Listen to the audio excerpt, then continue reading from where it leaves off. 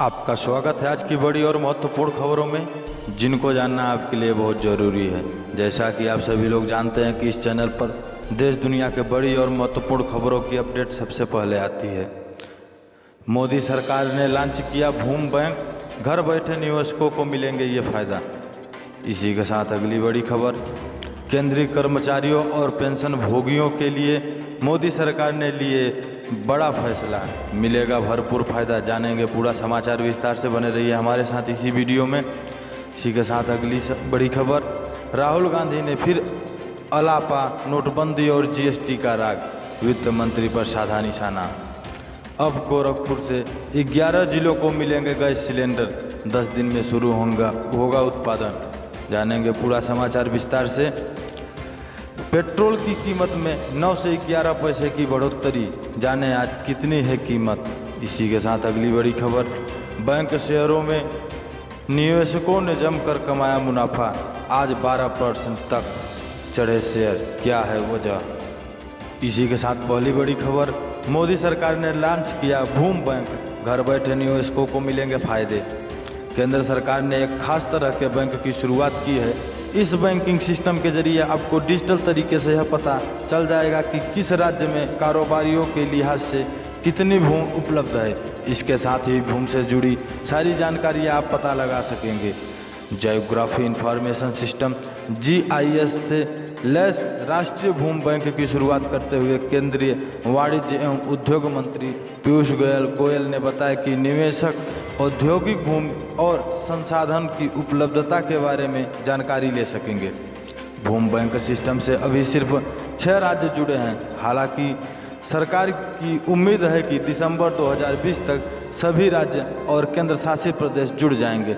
यह बैंक अभी शुरुआती चरण में है और इसे बाद में भी भूमि पहचान और खरीद के लिए अधिक सक्षम व पारदर्शी बनाया जाएगा। इसके लिए राज्यों को भी अपने इलाके में भूमि के बारे में जानकारी देनी होगी। वाणिज्य एवं उद्योग मंत्रालय ने एक बयान में कहा, प्रणाली में 31 राज्यों और केंद्र शासित प्रदेशों में 3300 से अधिक औद्योगिक पार्कों को शामिल किया गया है, जिसमें सम्मिलित तौर पर 4,75,000 हेक्टेयर भूमि शामिल है। उपलब्ध जानकारी में वन, जल निकासी, कच्चे माल का हीट मैप, कृषि बागवानी, खनिज परतें, संपर्क के विभिन्न स्तर आदि शामिल हैं। पीयूष गोयल ने कहा कि जिन देशों में भारतीय कंपनियों को पाबंदियों का सामना करना पड़ता है, उनके लिए पारस्परिक कदम लागू किए जा सकते हैं। मंत्री ने देश में व्यवसाय शुरू करने के लिए राज्य सरकारों और केंद्र सरकार से आवश्यक सभी मंजूरियां प्रदान करने के लिए सिंगल विंडो प्रणाली विकसित करने पर जोर दिया है। पीयूष गोयल ने कहा, इससे निवेशकों को जानकारी जुटाने और विभिन्न हितधारकों से मंजूरी प्राप्त करने के लिए कई प्लेटफार्मों या कार्यालय में जाने की आवश्यकता समाप्त हो जाती है। यह मौजूदा प्रणाली की क्षमताओं का लाभ भी उठा सकते हैं और निवेशकों को वास्तविक समय पर स्थिति की जानकारी प्रदान कर सकता है। आपको बता दें कि इस बैंकिंग सिस्टम को औद्योगिक सूचना प्रणाली IIS और राज्य की भौगोलिक सूचना प्रणाली GIS का एकीकरण कर तैयार किया गया है। इसी के साथ अगली बड़ी खबर, केंद्रीय कर्मचारियों और पेंशन भोगियों के लिए मोदी सरकार ने लिया ये बड़ा फैसला, मिलेगा भरपूर फायदा। पेंशन एवं पेंशन भोगी कल्याण विभाग ने यह पाया कि कई पेंशन भोगियों ने समय के साथ साथ अपनी PPO की मूल प्रति को खो दिया है, जिसके बाद उन्हें पेंशन से जुड़े कार्यों को करने में दिक्कतों का सामना करना पड़ता है। केंद्र सरकार के रिटायर कर्मचारी अब अपने पेंशन भुगतान आदेश PPO को डिजिलॉकर में रख सकेंगे। केंद्र सरकार ने पेंशन भोगियों को PPO की ओरिजिनल प्रति के न होने पर इसकी ई-प्रति को मान्य कर दिया है। रिटायर होने वाले कर्मचारी को तभी पेंशन मिलती है जब सरकार की ओर से इस नंबर को जारी किया जाता है। पेंशन एवं पेंशन भोगी कल्याण विभाग ने यह पाया कि कई पेंशन भोगियों ने समय के साथ साथ अपनी PPO की मूल प्रति को खो दिया है, जिसके बाद उन्हें पेंशन से जुड़े कार्यों को करने में दिक्कतों का सामना करना पड़ता है। कोरोना संकट में रिटायर होने वाले कर्मचारियों को भी PPO की मूल प्रति पाने में परेशानी और देरी हुई थी। इन सभी बातों को ध्यान में रखते हुए सरकार के इस फैसले से रिटायर होने वाले कर्मचारियों और पेंशन भोगियों को बड़ा फायदा पहुंचने जा रहा है। लोक शिकायत और पेंशन मंत्रालय ने एक बयान में कहा है कि अब पेंशन भोगियों को पीपीओ की फिजिकल कॉपी देने की आवश्यकता नहीं रहेगी।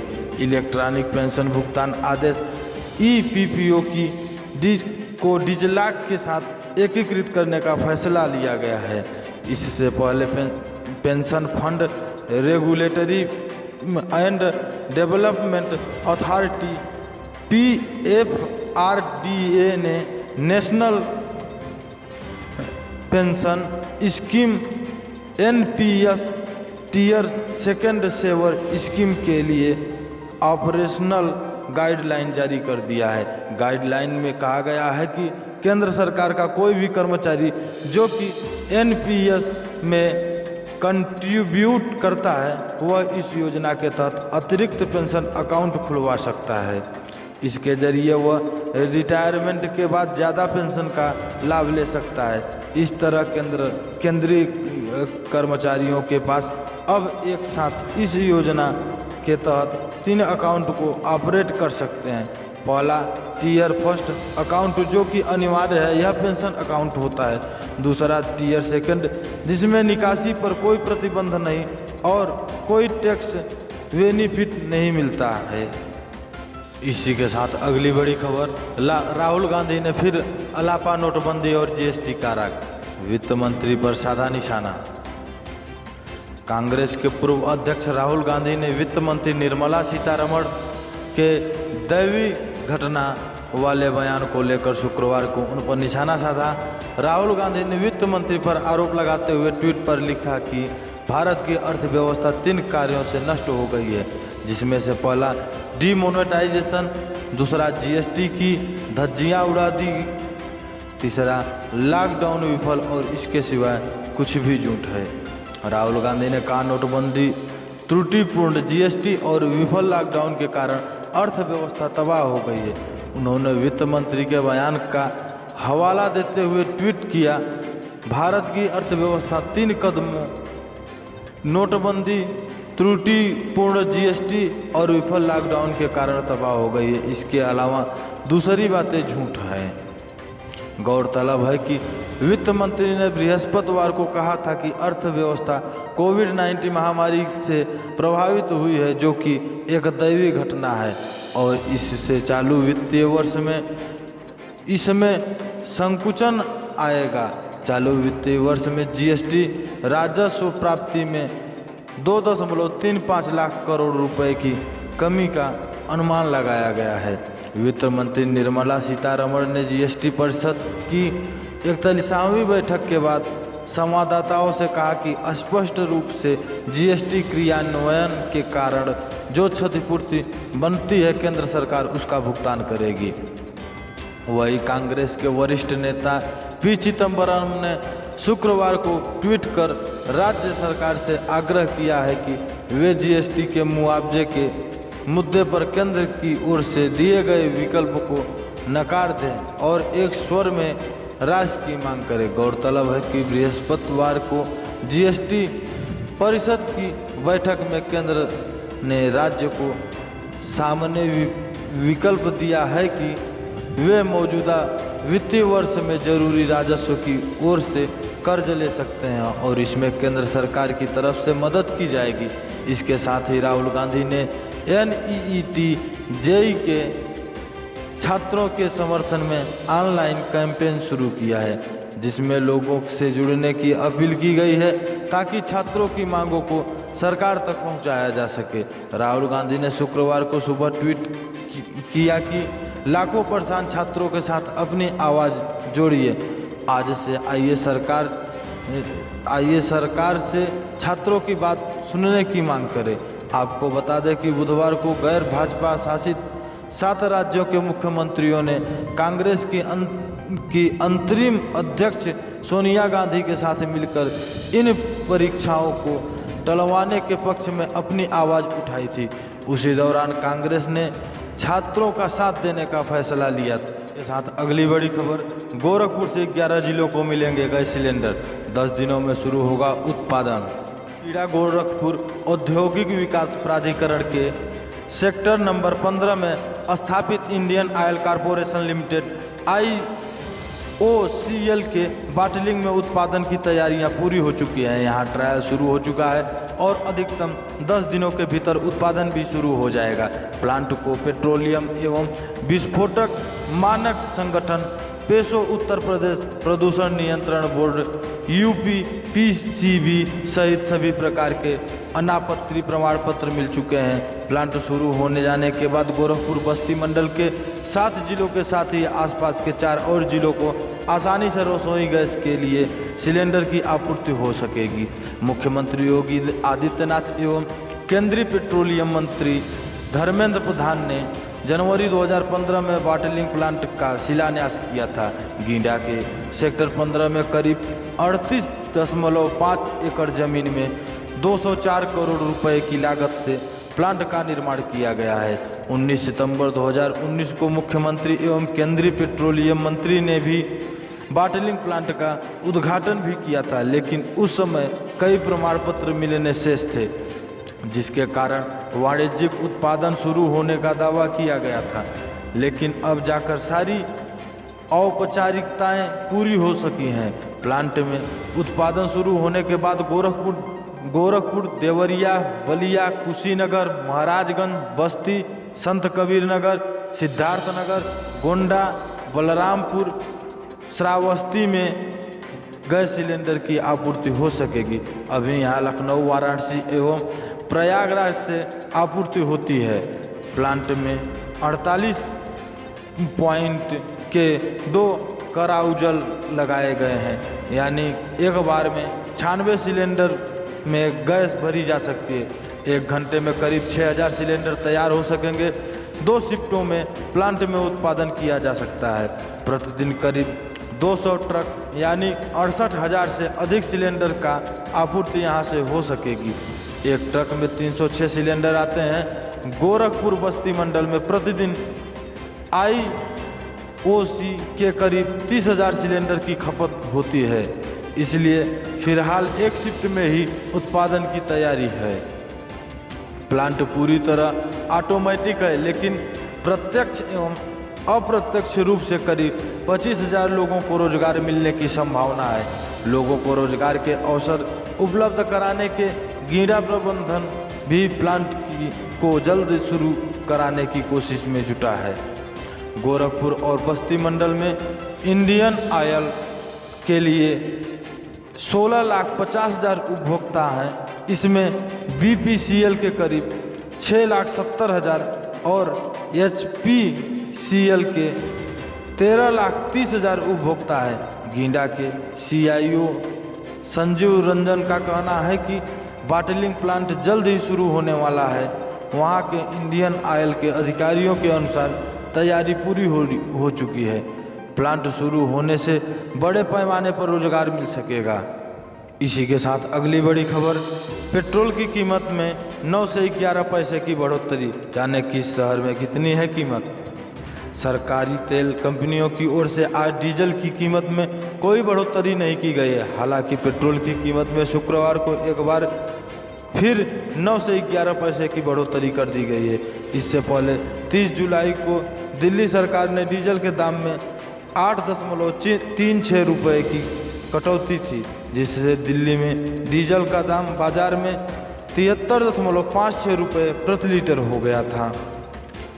IOCL में मिली जानकारी के अनुसार आज दिल्ली, कोलकाता, मुंबई और चेन्नई में 1 लीटर पेट्रोल और डीजल की कीमत इस प्रकार है।